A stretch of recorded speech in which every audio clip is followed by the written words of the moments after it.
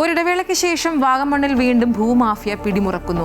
കയ്യേറ്റം ഒഴിപ്പിച്ച് സർക്കാർ തിരിച്ചുപിടിച്ച ഭൂമിയിൽ പോലും റിസോർട്ടുകൾ ഉയരുകയാണ്. വാഗമണ്ണിലെ ഏറെ പരിസ്ഥിതി പ്രാധാന്യവും വിനോദസഞ്ചാര സാധ്യതകളുള്ളതുമായ പ്രദേശമാണ് സ്വകാര്യ വ്യക്തികൾ കൈയടക്കിയിരിക്കുന്നത്. 14 വർഷം മുമ്പ് സർക്കാർ കയ്യേറ്റമൊഴിപ്പിച്ച് തിരിച്ചുപിടിച്ച ഭൂമി തന്നെ ഇപ്പോൾ സ്വകാര്യ വ്യക്തികൾ കൈയേറിയിരിക്കുന്നു. 2012-ൽ വാഗമണ്ണിൽ കയ്യേറ്റമൊഴിപ്പിച്ച് സർക്കാർ ബോർഡ് സ്ഥാപിച്ച ഭൂമിയാണിത്. ഇപ്പോൾ ഇവിടെ വൻകിട റിസോർട്ടുകൾ ഉയരുന്നു. പുതിയ റിസോർട്ടുകൾ പണിയാൻ JCB ഉപയോഗിച്ച് വഴി നിർമ്മിച്ചു. 2001-ൽ പട്ടയം ലഭിച്ചുവെന്നാണ് കയ്യേറ്റക്കാരുടെ വാദം. എന്നാൽ ഈ കാലയളവിൽ ലാൻഡ് അസൈൻമെന്റ് കമ്മിറ്റി കൂടിയിട്ടില്ല. സർക്കാർ കയ്യേറ്റമൊഴിപ്പിച്ച് ഏറ്റെടുത്ത് വിനോദസഞ്ചാര വകുപ്പിന് കൈമാറിയ ഭൂമിയും റിസോർട്ട് മാഫിയയുടെ കയ്യിലാണ്. ഒരു 11.5 ഏക്കറോളം സ്ഥലത്ത് 4 പട്ടയങ്ങൾ കൊടുത്തിട്ടുണ്ട്. 2001-ൽ കൊടുത്ത പട്ടയമാണ്. കൂടാതെ ഒരു 10 ഏക്കർ സ്ഥലം ഹൈ റേഞ്ച് ടൂറിസം ഡെവലപ്മെൻറ്റിന് പ്രൊപ്പോസ് ചെയ്ത് പോയിട്ടുള്ളതാണ്.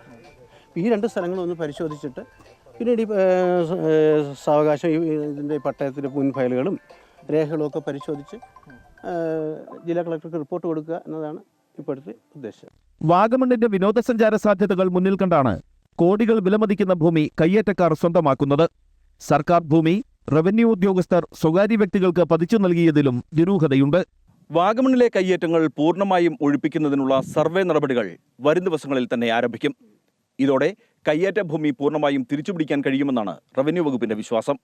വാഗമണ്ണിൽ നിന്ന് ക്യാമറമാൻ അഭിലാഷ് അലക്സിനൊപ്പം MC ബോബൻ, അമൃത ന്യൂസ്.